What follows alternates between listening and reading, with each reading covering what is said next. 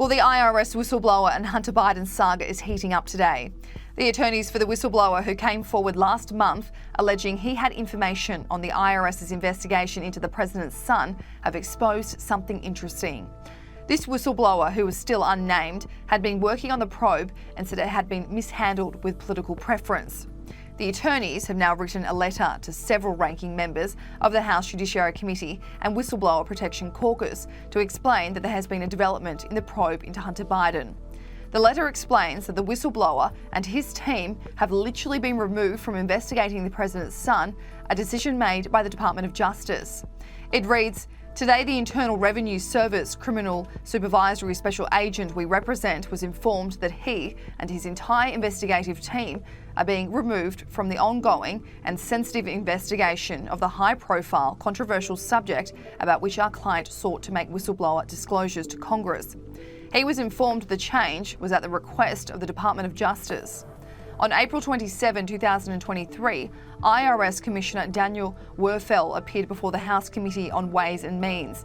He testified, "I can say without any hesitation there will be no retaliation for anyone making an allegation or a call to a whistleblower hotline. However, this move is clearly retaliatory and may also constitute obstruction of a congressional inquiry." The attorneys go on to detail that their client should not be retaliated against for wanting to disclose certain information about the investigation to members of Congress. Any attempt by any government official to prevent a federal employee from furnishing information to Congress is also a direct violation of long-standing appropriations restriction. Finally, removing the experienced investigators who have worked this case for years and are now the subject matter experts is exactly the sort of issue our client intended to blow the whistle on to begin with.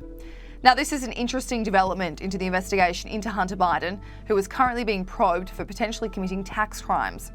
He's been under investigation since 2018 for a series of potential crimes such as tax fraud, money laundering, and making a false statement in relation to the purchase of a firearm.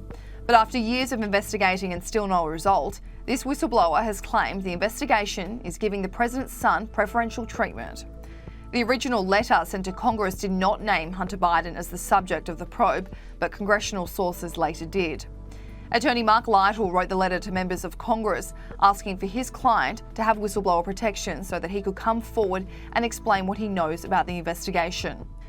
The letter sent on April 19 claims his client is aware of the serious risks or retaliation of coming forward, but wishes to make the disclosures in a non-partisan manner to the leadership of the relevant committees on both sides of the political aisle. It continues to claim that what the whistleblower has to say would contradict a sworn testimony by a senior political appointee. That was later alleged to be Attorney General Merrick Garland, who claimed under oath those investigating Hunter Biden would be able to do so without interference. I don't want to get into the internal elements of decision-making by the U.S. Attorney, but he has been advised that he is not to be denied anything that he needs, and if that were to happen, it should ascend through the department's ranks, and I have not heard anything from that office to suggest that they are not able to do everything that the U.S. Attorney wants to do. The letter continues that the whistleblower will detail examples of preferential treatment and politics in properly infecting decisions and protocols that would normally be followed by career law enforcement professionals in similar circumstances if the subject were not politically connected. So while it can be argued that it doesn't look good for the DOJ to have removed the whistleblower and his entire team from investigating Hunter Biden's tax crimes, a source has told Fox News that it could also be seen as necessary to preserve objectivity of the investigation and the alleged witness.